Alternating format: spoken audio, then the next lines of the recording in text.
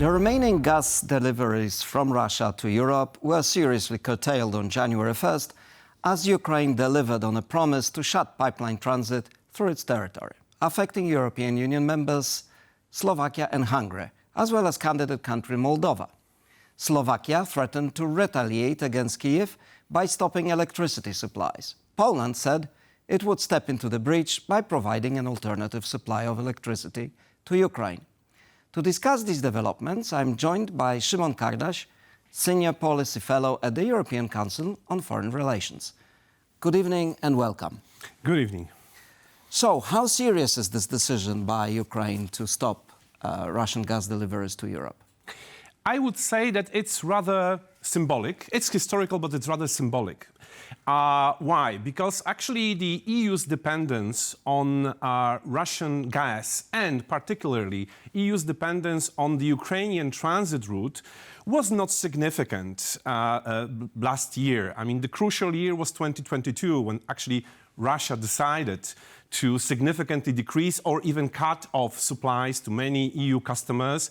And the volumes that were running through Ukraine were not significant in 2023, 2024. There were around 15 BCM. I mean, if we compare it to... BCM, if you could break it down for us. a billion cubic meters. Right. If we compare to volumes that were running through Ukraine like 2 decades ago, more than 100 BCMs, I mean, So the symbolic nature of this is that in the past it was Ukraine that stopped deliveries to Ukraine, and now Ukraine was able to say, we don't want this transit anymore, right? Yeah. Before it was, I mean, mainly there were decisions taken by Russians, and now Ukraine, and actually the decision that was expected, because it was articulated quite clearly by the Ukrainian government many months ago that Kyiv is not willing to extend the transit deals that were supposed to expire by the end. This is interesting because Slovakia and Hungary obviously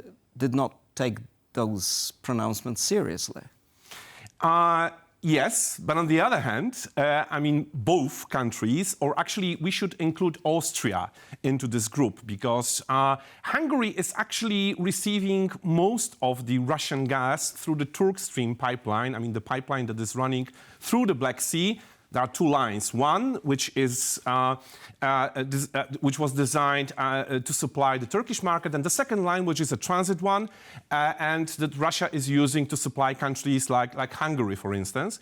So actually, when it comes to Ukrainian transit route, it was mainly the cause of concern for Slovakia and Austria recently. So both countries actually made preparations. I mean, they started to prepare. Okay, so then tell us, what is it about? If they made preparations, if the volumes aren't huge, so why is this blackmail by Slovakia about, stopping electricity supplies to Ukraine at a time when, bombs are falling on critical infrastructure in Ukraine? First of all, I mean, when it comes to both countries, so Slovakia and Austria, I mean, the level of dependence on Russian gas was quite high in terms of domestic needs. Hungary, according to the data for 2023, was dependent at the level of 98%, so it was a quite high level of dependence. When it comes to Slovakia, it was a bit lower, but still, I mean, the level of dependence was high. So the volumes were not significant, but for those countries, the supplies coming from Russia were quite important. But actually, I mean, the main reason, particularly when it comes to countries like Slovakia or Hungary, is political. I mean, for those countries, and especially when it comes to Slovakia, especially under current political leadership, it's the political interest in maintaining energy ties with Russia. So this is why Mr. Fico went to Moscow. Exactly. And this is why he said we want to restore economic relationship as quickly as this is possible. Exactly. I mean, basically following the path that Viktor Orban is walking for many years. Hungary is probably the best or the worst example in the European Union when it comes to its approach towards Russia, because Viktor Orban is not only interested in maintaining energy cooperation in the gas sphere. Russia remains the key gas supplier to Hungary, but Viktor Orban is also interested in maintaining ties in the oil sector and in the nuclear sector. So this is basically an idea of maintaining energy cooperation, fruitful energy cooperation with Russia in the long run. And Does it explain why both countries insist on peace now, and regardless of conditions for peace? Well, it's partly linked. And when it comes to Slovakia, there is one more puzzle that we should add to this picture. Slovakia was also a transit country for Russian gas. And there is still an agreement that is enforced by until 2028, the transit deal concluded between Russia and Slovakia for transit of Russian gas through Slovakian territory. So to Austria, right? To Austria and previously, I mean, also to other customers that are not buying Russian gas anymore. Right. But Slovakia was also a country that was gaining some benefits from the transit of Russian gas. So it's not, to some extent, it's not surprising that they are opposing, I mean, the current state of play, because, I mean, they were not only buying the cheap, in their view, Russian gas, but also they were the transit country for Russian gas, and now they will not be able to gain some benefits. And going back to this threat of cutting electricity supplies, can Slovakia do this? Because I've seen opinions that it's not actually feasible because they would need permission from other electrical grid operators in Europe to actually cut supplies to Ukraine, or is that just wishful thinking? It would not be easy in the first place, but even if Slovakia manages to somehow decrease the option of import of electricity from Slovakia, there are other EU member states which Poland said it would can help. step in. Yeah, exactly. I mean, Poland is one of those countries, but Romania is the second one. And actually, since the moment when both Moldova and Ukraine were synchronized with the EU electricity grid, which happened in March 2022, I mean, there are many options for providing support in terms of electricity supplies to Ukraine. So Slovakia is not the only, I mean, route that... Right, but there's one country that apparently is suffering from this end of transit, and this is Moldova, which generates 60% of its electricity through gas-powered plants.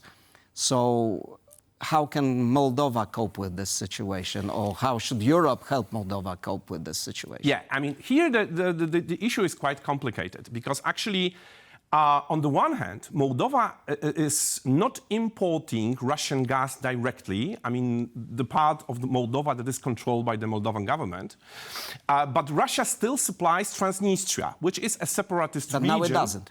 Yeah, I mean, used to supply, yeah, but before the decision taken by Ukraine regarding the transit.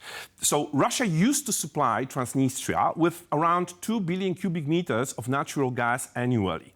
And this gas was actually used for the gas-fired power plant located in Transnistria that produced electricity not only for domestic needs, so not only for Transnistria needs, but for the entire country. Exactly, but for the entire country. And actually, the rest of the country was dependent at the level of around 80% on the import of electricity from Transnistria. So this is an issue, and there are, of course, there are a few options on the table. Please tell us, what are they? One option, I mean, if the current state of play, if the current situation remains, so if Russia is not willing to supply Transnistria using the other route, and the alternative route is through the so-called Trans-Balkan pipeline. So if there are no gas supplies to Transnistria, then, of course, it would be the responsibility of the Moldovan government to purchase additional volumes of natural gas on spot markets, which is actually quite But for Europe, this would be peanuts. You know, for the European Union to help Moldova cope with this would be peanuts. Exactly, but someone has to pay for it. Yeah. Right. So I know that. I mean, it's peanuts in terms of the amount of money that we as Europeans spend annually on fossil fuels. But strategically for Europe. Europe wants Moldova to become part of the bloc and to stop being dependent on Russia. So that's presumably a price worth paying. Yeah. So So in that sense, I mean, we should step in and we should help. And this is one scenario, but it will be quite costly, and it would depend, of course, on the political will of, I mean, EU member states or the friends of Moldova to provide the needed support. And actually, this is a challenging thing because Moldova did not, I mean, was not able, I mean, didn't make his homework, I mean, during 2024. Okay. Because so it is, we have to gradually finish our conversation, but there is a problem there with Moldova. Exactly. But going back to what you said at the beginning about the symbolism of all of this, is this the final nail in the coffin of Russian gas deliveries to Europe?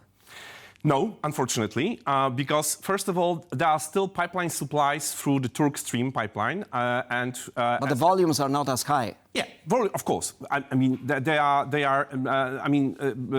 incomparable with the volumes that were coming to Europe before the war. Yeah, I mean, 155 billion cubic meters in 2021, comparing to around 25 in 2023. I mean, those volumes are incomparable. So if there is no transit through Ukraine, of course, it's another decrease of Russian supplies to the EU through pipelines. So the only remaining route is the Turk Stream, but there is one more challenge, and it's LNG. It's the Russian LNG. It's still coming. But soon we will have US LNG from the new US administration. We already have US LNG in quite significant volumes. Yeah. So, but the Russian LNG is still coming, and unfortunately, countries like France, like Spain, like Belgium, are still importing. I mean, the volumes are not high, but the presence is visible. So it's unfortunately not